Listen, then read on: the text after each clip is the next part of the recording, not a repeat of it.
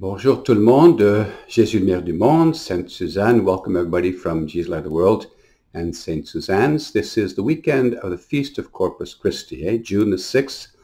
It happens to be my 34th anniversary as a priest. Alors je vous souhaite une célébration de la fête du corps et du sang de Christ qui est aujourd'hui dimanche, la fête du Corpus Christi qu'on appelle dans le temps. Et c'est une excellente célébration là. J'aimerais commencer avec un petit moment de prière là. Seigneur, j'ai pris pour toi mon refuge, que jamais je ne sois humilié. Tends l'oreille vers moi et sauve-moi, Seigneur. Alors, en cette fin de semaine, en ce week-end, j'aimerais faire une petite réflexion sur la communion, le corps et le sang du Seigneur. C'est un sacrement de foi et d'amour. J'ai passé beaucoup de temps comme prêtre à visiter les soins palliatifs, à visiter des gens qui sont à la veille de la mort. C'est extrêmement émouvant pour moi de voir le respect qu'ont les infirmières, les médecins, les gens qui travaillent dans les soins palliatifs pour toutes ces personnes que, à ce moment-ci, peuvent plus faire grand-chose, ils ne peuvent pas respirer, souvent sont gonflés, sont maganés. Et ce qui me frappe quand je les visite, c'est que je vois pas grand-chose. Mais j'essaie d'imaginer qui est cette personne, qu'ils ont connue, qu'ils ont aimé, qu'est-ce qu'ils ont fait dans la vie, quels étaient leurs rêves quand ils étaient jeunes, qu'est-ce qu'ils ont accompli. Et devant moi, ce corps qui paraît pas grand-chose est toute une histoire d'une vie, d'affection, d'amour, de rire, de manger, de préparer des repas, toutes sortes de choses. Et j'essaie d'imaginer la vie de la personne, comment ça a été. Des fois, j'ai des petites indices par la famille. Alors, je vois la personne comme ça. Il n'y a pas grand-chose, mais tout est là, dans la grandeur de cette personne humaine à qui la vie termine. Alors, ça me fait penser à l'Eucharistie parce qu'on ne voit pas grand-chose, un petit bout de pain. On dit que c'est le corps du Christ. Mais si on essaie d'imaginer la grandeur de ce mystère de la présence du Christ, qui à chaque semaine qu'on reçoit l'Eucharistie ou pour chaque jour pour ceux qui vont plus souvent, qui nous dit « Je suis avec toi, je te soutiens, je suis ton bouclier, dans toutes tes épreuves je serai avec toi. » Oh, quelle grandeur ce mystère. Mais c'est un mystère de foi, hein. Sans la foi, on voit juste un petit peu de pain. Mais si on a la foi avec l'affection et une humilité devant ça, on voit la grandeur de l'action de Dieu. Comme je vois dans les soins palliatifs la présence de Dieu dans un être humain cher, que je ne connais pas personnellement, mais qui a été connu par beaucoup de monde et qui a fait des grandes choses dans leur vie. Alors, sur cette fête, je vous invite à réfléchir, demander à la Seigneur un cœur humble pour voir la grandeur de sa présence de quelque chose de si petit. Quelques petites réflexions là.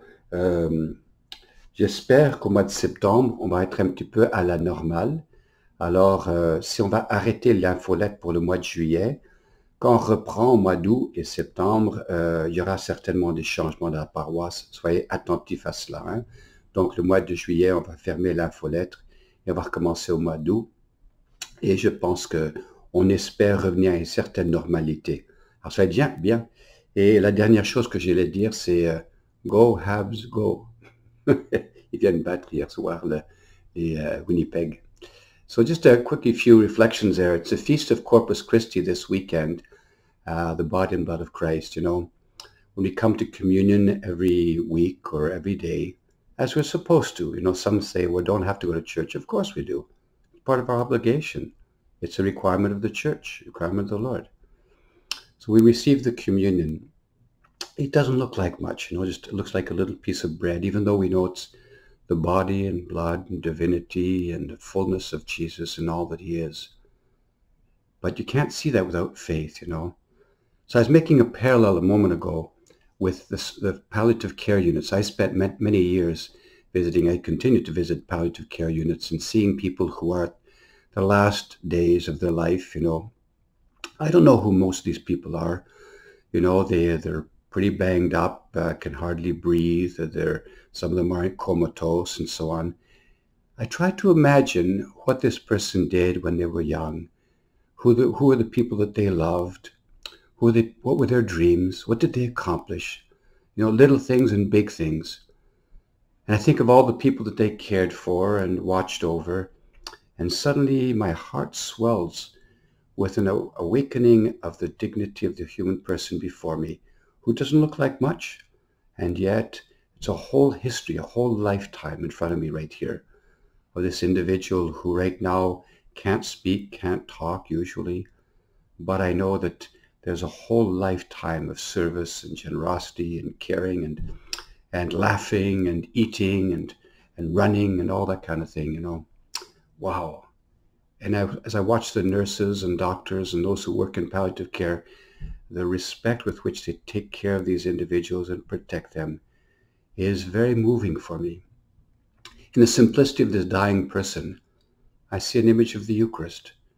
The Eucharist in its simplicity looks like not much, but in it is the explosive power and love of our gracious God, who wants to nourish us each week and say, again, through an immense inner hug, I am with you, I care for you, I support you, I'm your refuge, count on me. So I wish you a very beautiful feast of the precious body and blood of Christ, and I hope that if you don't go to church very often on Sundays, that you'll return again.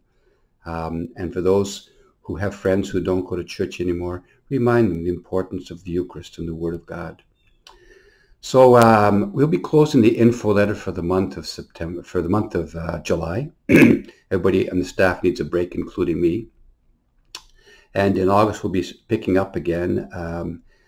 We will be making some adjustments because I'm assuming we'll be coming to some kind of normality in the fall, So we'll probably still require masks, but in terms of the numbers of people coming to church, I suspect that will be augmenting significantly starting this weekend with 100 people, okay?